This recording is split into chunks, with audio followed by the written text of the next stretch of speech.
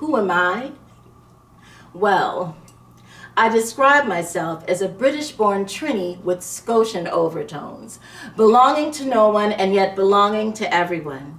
Influenced by my mentors since I was young, and now that I'm a mentor myself, I'm still influenced by them because they are a part of my spirit and a part of my being. See, it's the music and history and experiences that shape me. My brother, David Woods, had me read him big words from a big book when I was a little girl, and that shaped me. And my imagination helped me to escape a childhood full of pain and beauty, while the dichotomy of being West Indian when I was home and Scotian when I left my home made me search for who I was in stories. And through stories and books and learning my history, that's how I became just who I am. See? I roam the streets with Sojourner Truth. I fight for equality like Rocky Jones. I revel in the HERstory of Chloe Cooley, and I poeticize words like Maxine Tynes with a side order of, hey, I'm still rising, like Maya Angelou.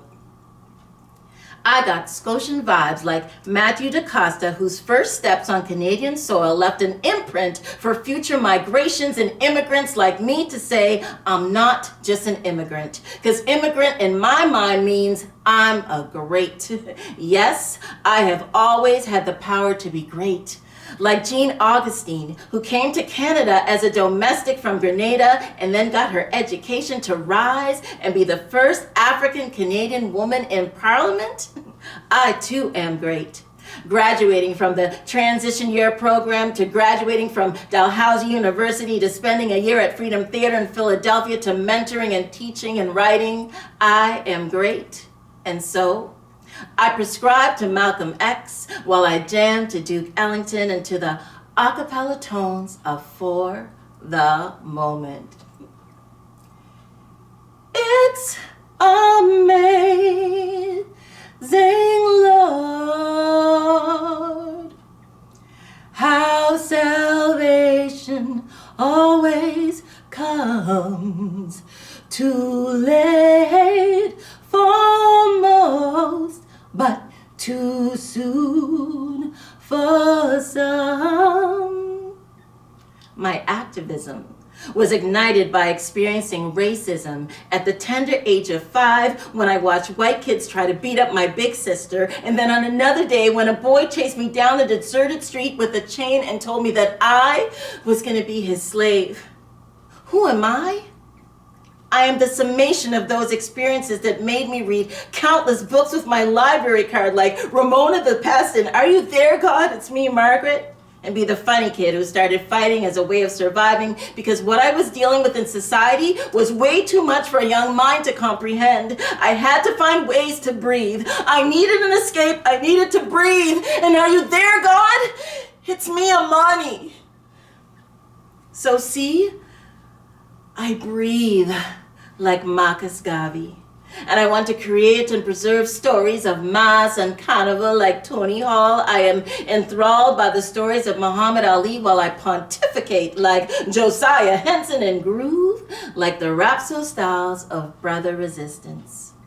Rest in peace, my big brother Resistance. Heat in the place, but they cannot defy ya. Heat in the place, but they cannot defy ya. Rap, so take over. Rap, so take over. Heat in the place, but them cannot defy ya. Heat in the place, but they cannot defy ya. Rap, so take over. Rap, so take over. Rap, so. Rap, so. Rap, so.